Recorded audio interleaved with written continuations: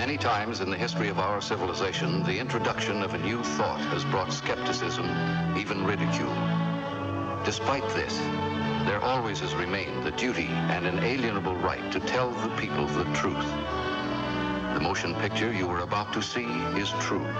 It is not fiction. Much of the information in it has never been told. You will see it here for the first time. On July 29, 1952, at the Pentagon, a press conference was held. This is the actual official transcript of that conference. Among those participating were Major General Roger M. Ramey, Director of Operations, USAF, Colonel Donald L. Bauer, Technical Analysis Division, Air Technical Intelligence Center, and Captain Edward J. Ruppelt, Aerial Phenomenon Branch, Air Technical Intelligence Center. This is Major General John A. Samford, Director of Intelligence, United States Air Force, who conducted the conference. Why was the conference held? It all began with an incident which occurred in 1947. On the afternoon of June 24th of that year, Kenneth Arnold made the first report on flying saucers. On this day, Arnold took off from Chehalis, Washington, and flew toward the Rainier Plateau at an elevation between 9,000 and 10,000 feet. Over Mineral, Washington, he observed a formation of very bright objects to the north. He radioed ahead that they appeared to be close to the mountaintops and traveling at tremendous speed. When Arnold came in for a landing at Pendleton, airport personnel and the local press were waiting for him.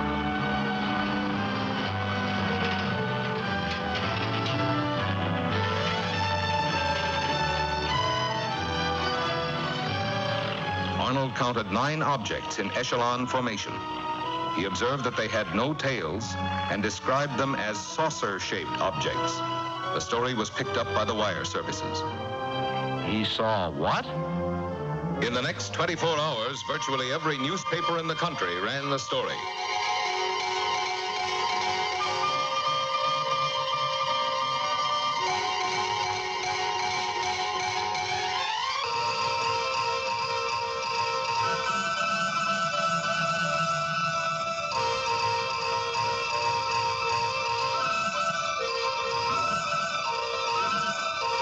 The Arnold report precipitated an avalanche of sightings from cities, towns, villages, from every section of the country.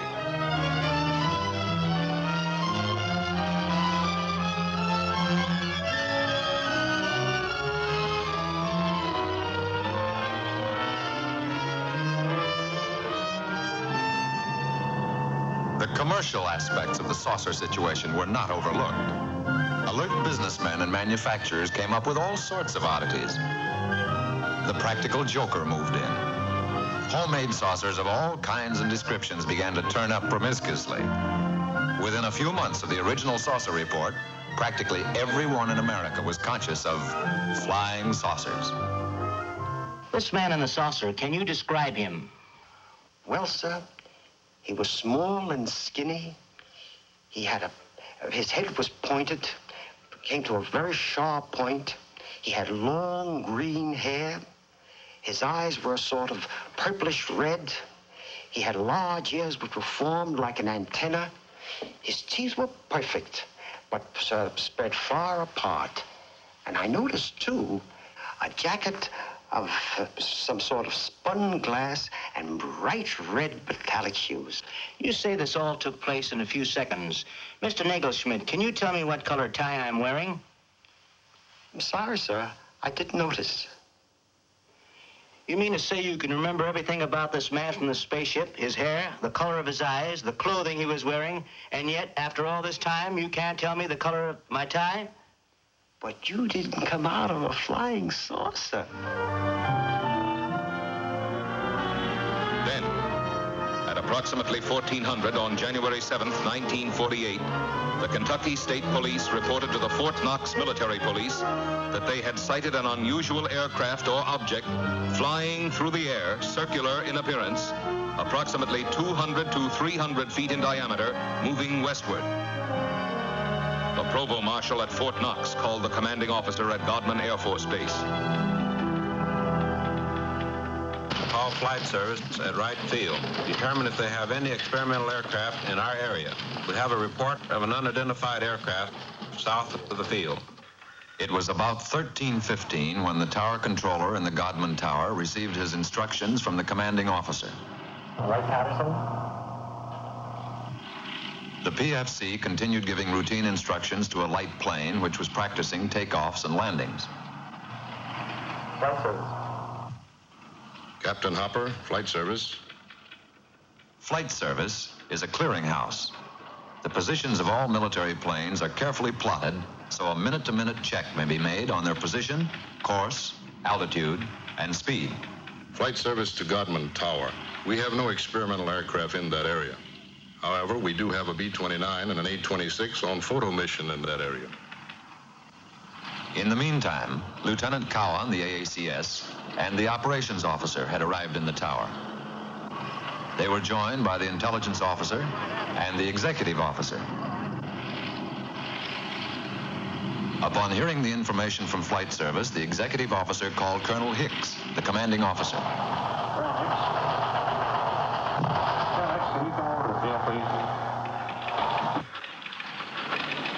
At about 13:50, the tower controller saw an object south of Godman Field and directed it to the attention of the tower. Lieutenant Cowan was the first of the group, after the tower controller, to locate it. He immediately directed it to the attention of the operations officer. After observing it for a moment, he picked up a telephone and put in a second call to the commanding officer. While he was putting the call through, Colonel Hicks arrived in the tower. It was now about 14:20. About 14:30, a flight of 4 F-51s being ferried from Marietta, Georgia to Stanford Field, Kentucky, was sighted south of the base. The commanding officer issued an order to contact the flight leader. Channel B and find out who's leading the flight. Godman Tower to leader, flight 451. Godman Tower to leader, flight 451. Come in. Captain Mantell, flight leader F-51, to Godman Tower. Over. Stand by for further instructions. Vector decided to the area of the unknown. Vector Mantell on a heading of 210 degrees. Godman Tower to Captain Mantell. Come in, over. Mantell to Godman Tower. Over. Godman Tower to Captain Mantell.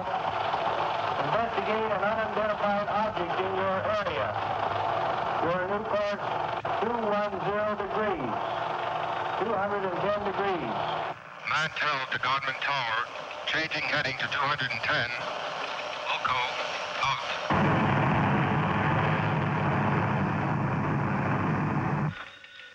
One of the ships in Mantell's formation, NG-336, piloted by Lieutenant Hendricks, requested permission to land at Stanford Field to refuel and get oxygen. Permission was granted. Captain Mantell and the other two planes started to climb toward the object. The second pilot made a similar request. Both wingmen refueled and, after getting oxygen equipment, took off again. Captain Mantell, flying NG-3869, continued climbing, outdistancing his wingmen. At 14:45, Mantell called the tower. Mantell to tower. I see it. Above and ahead of me. I'm still climbing. A few moments later, one of Mantell's wingmen was heard. What the hell are we looking for? After a moment, Captain Mantell made a reply. Mantell to tower. The object is directly ahead of and above me. Now moving at half my speed. Godman Tower to leader, flight 451. Godman Tower to leader, flight 451. Come in. Mantell to tower. It appears to be a metallic object of tremendous size. The object now was in visual view of the tower personnel. Mantell to tower. I'm trying to close in for a better look. I'll go to 20,000 feet. Shortly after this, Pilot Hammond, the remaining wingman with Mantell, called Mantell over his radio. Level off, Captain, until I regain visual contact. The personnel in Godman Tower waited tensely for Mantell's reply, but he made no answer. A moment later, Pilot Hammond made another report to the tower. Mantell seemed to have disappeared. Mantell had apparently climbed beyond his wingman. At 15:25, the remaining wingman broke off and returned to Stanford Field. The object, which was in visual sight from the tower, as were the F-51s during the chase, disappeared at approximately 15:50. The F-51s were first lost to view, and then the object went behind a cloud. Godwin Tower to Captain Mantell. Come in. Over. This is Godwin Tower to Captain Mantell. Come in. Over. At 17:50, Stanford advised Godman Tower that Mantell had crashed 5 miles southwest of Franklin, Kentucky. The crash had occurred at approximately 16:45.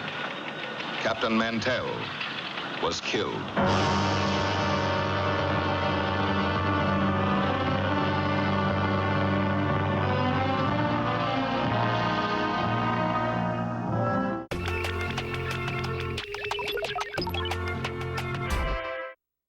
Your spokesperson. This is an important message for anyone who took the prescription drug Xarelto or Pradaxa and had a serious bleeding event. If you or a loved one took Xarelto or Pradaxa and suffered from a serious bleeding event, call 1-800-BAD-DRUG immediately. Xarelto and Pradaxa have been linked to serious internal bleeding, stroke, and death. Call 1-800-BAD-DRUG. You may be entitled to compensation. Call now for a free consultation. 1-800-BAD-DRUG.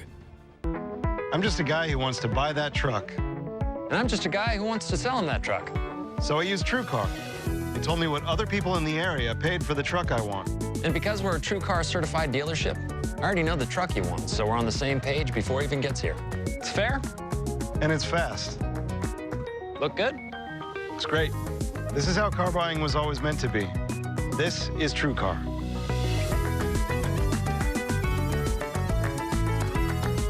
Did you or a loved one have a Bard or Cook IVC filter implanted to prevent blood clots from reaching the lungs? You may be entitled to compensation. In a recent FDA warning letter, the manufacturer of the Bard Inferior Vena Cava IVC filter and its retrieval system was warned for failing to notify the FDA of life-threatening device malfunctions. The FDA specifically notes that Bard misfiled consumer complaints, including a reported patient death, and developed the IVC retrieval device known as the Recovery Cone Removal System without FDA approval. Since 2005, there has been in excess of 1,000 adverse events associated with Bard and Cook IVC filters reported to the FDA, including IVC filter fractures, tearing, device movement, blockage, and breaking of the device components. How do you protect your legal rights? You choose the right legal team that has the experience, support staff, and resources to help you seek compensation for your injuries. So if you or a loved one had a Bard or Cook IVC filter implanted, call the number on your screen now. You may be eligible to enroll in a Medicare plan right now. Call to see if you qualify. We've been talking with people who have Medicare about the health plans from Humana that could save you money.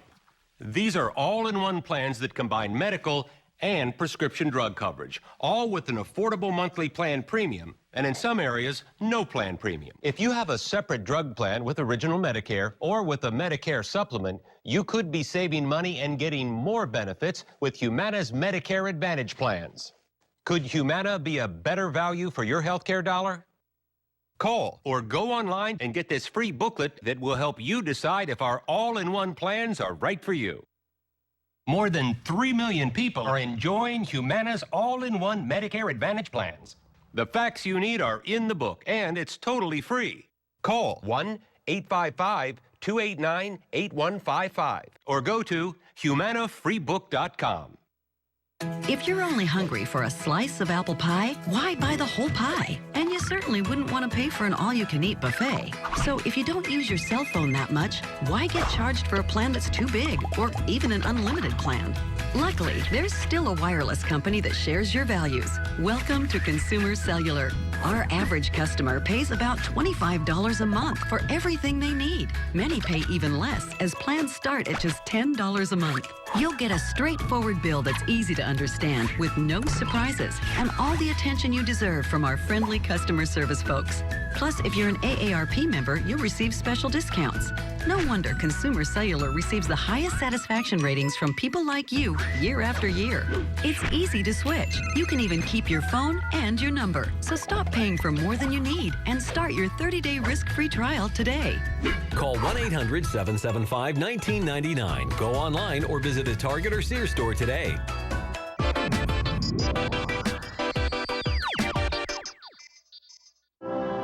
Statements were taken from all who were present in the tower during the Mantell sighting.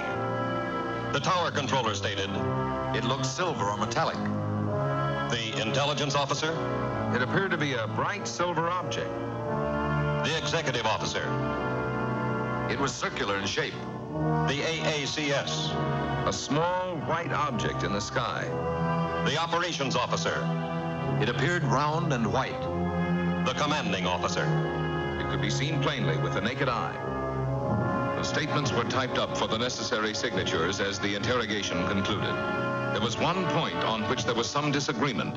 Not everyone who had been present in the tower had heard Mantell when he reported over the radio that he was moving in for a better look.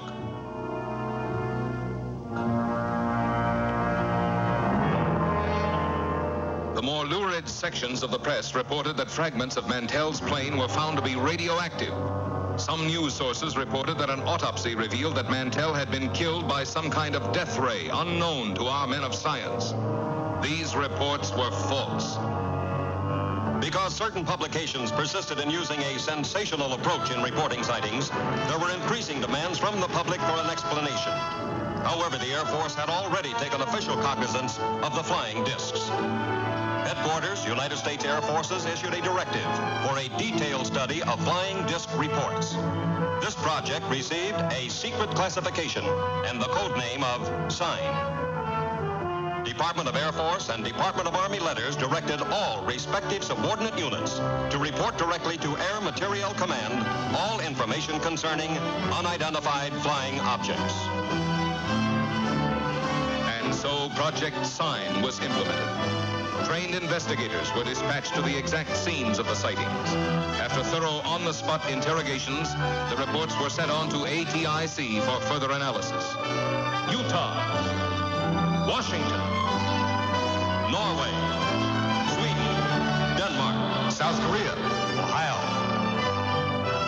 New Jersey, Oregon, Philippine Island, Louisiana, Alabama, Tennessee, Kansas, Massachusetts. As an example of the credible type of sightings reported by reputable, trained observers was the report of Captain Willis Sperry. What is your full name, Captain? Captain Willis Sperry. How long with American Airlines? 17 years. What was the date of sighting? May the 29th, 1950. And the time of sighting? 9:30 in the evening. The origin of sighting? 60 miles southwest of Washington, D.C. And the destination? Nashville, Tennessee. What was the visibility? It was unlimited. And what was your altitude? 7,500 feet. Who of the crew first saw the object? The co-pilot called it to my attention as I had turned to reach for a map. The object was flying head-on at us. It was 50 times the magnitude of the brightest star. I immediately made an abrupt turn to avoid collision. As I looked to my left, the object appeared to come to a stop. Can you describe the shape of the object? It appeared as a perfectly streamlined object without wings or tail section, as it was silhouetted against the full moon.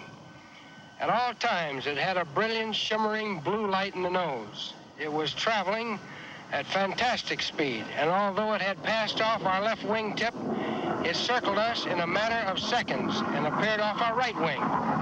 There again, it stopped, and we watched it for several seconds. When again it started, it reversed its direction. We watched it for several more seconds until it disappeared in the east out of sight. Have you ever seen any other similar object, Captain? Never before or since.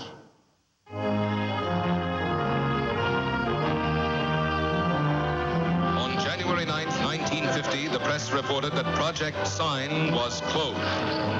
From now on, the Air Force stated its only similar activity would be the routine conventional watch for unidentified flying objects. This is the Daily News building in Dayton, Ohio.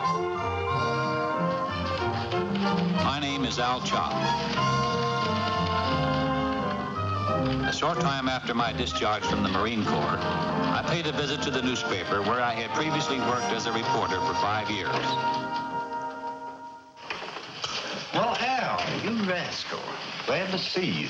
Good to see you. Keeping yourself. The editor was a close friend, and he tried to convince me to take back my old job on the paper.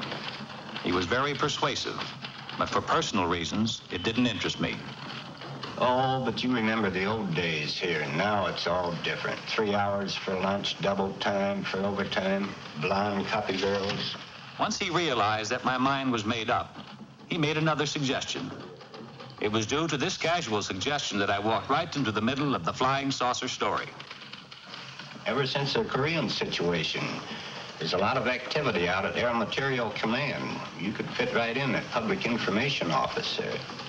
Who's the man to see out there? Friend of mine, Major Cross. I'll call him now. The idea appealed to me. I'd always been intensely interested in aviation. Also, I liked the idea of settling down in Dayton again. Both Dee, my wife, and I had a lot of friends there.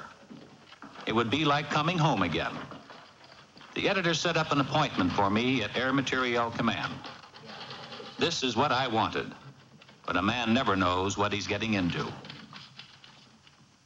The next day, I went out to AMC and talked to the major. He seemed satisfied with my newspaper background. I was interviewed by a personnel official who filled out the necessary papers preliminary to an Air Force security check. Full name? Albert M. Chop, C-H-O-P. Age? 35. Married? Wife's name? Dolores. Children?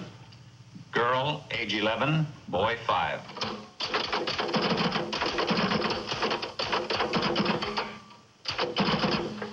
Take this to room D. Thank you. Shortly after, I went on the AMC payroll on the PIO desk. I soon shook down into the routine of the public information desk. There was a wide diversification of projects for which I wrote material. Most of it was released as newspaper copy, with an occasional article published in the magazines. I wrote a piece on a portable printing press that could be set up close to the front line. These presses printed daily bulletins, which proved of great value in sustaining morale of frontline troops. I did a few pieces on helicopters, which were coming into wide use in Korea.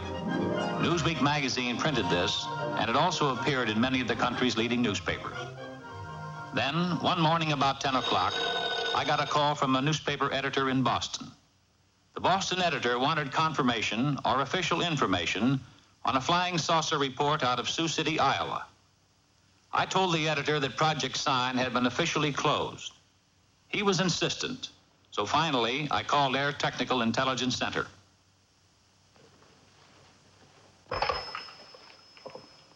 No, Chop. We have no report on Sioux City or any other sighting. You people on PIO desk ought to know we've closed Project Sign. For the next couple of hours, calls came in from newspapers all over America.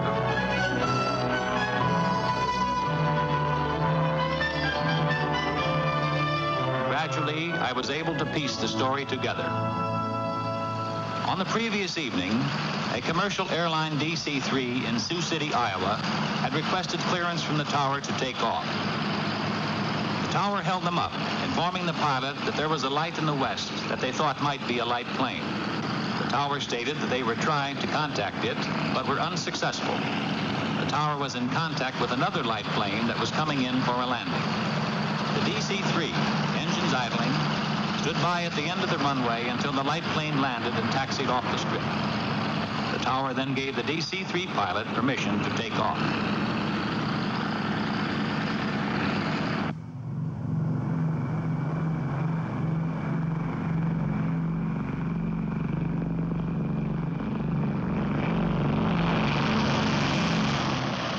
As the DC-3 climbed for altitude, an unidentified light suddenly closed in.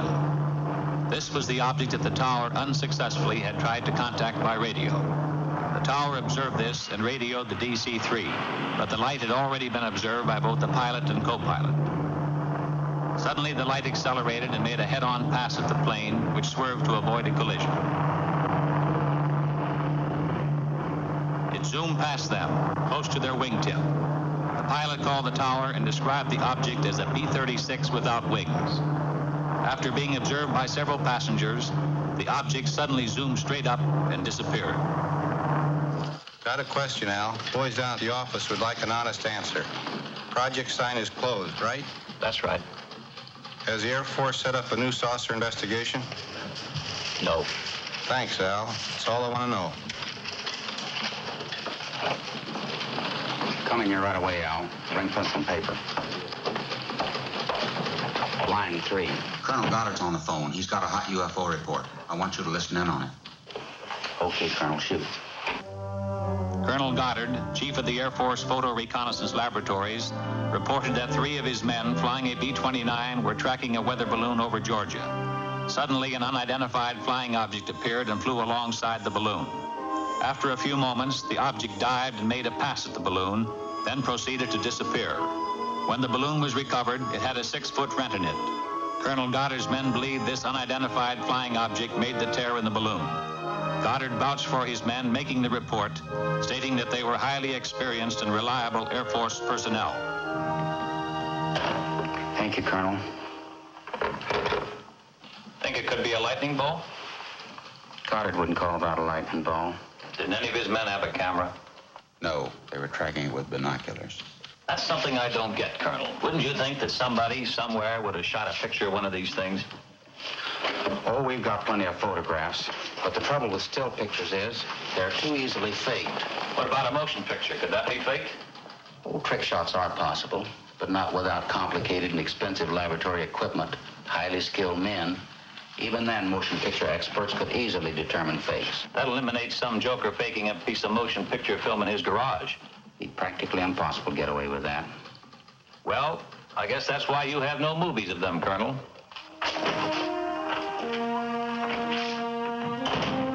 As chief of the press desk, my work hours, my meals, my sleep became increasingly disturbed and chaotic. I saw little of my wife and children. Chip, my son, was at this time making periodic visits to a doctor in Dayton. How's Chip? I feel more hopeful with the new specialist. You look tired. Since you've gotten this new job, the children don't know their own father anymore. Yeah, sometimes I wish I were back on the newspaper. I was talking with Mrs. Collins today. She tells me her husband's cousin works with a man who swears he saw a flying saucer. I thought I told you that term was taboo in this house. Do you really think they might be from Mars or someplace? Look, honey, don't you get like the rest of those screwballs that I have in my hair all day. Every time some kid flies a kite, 50 different people see spaceships. Come on, let's get to bed.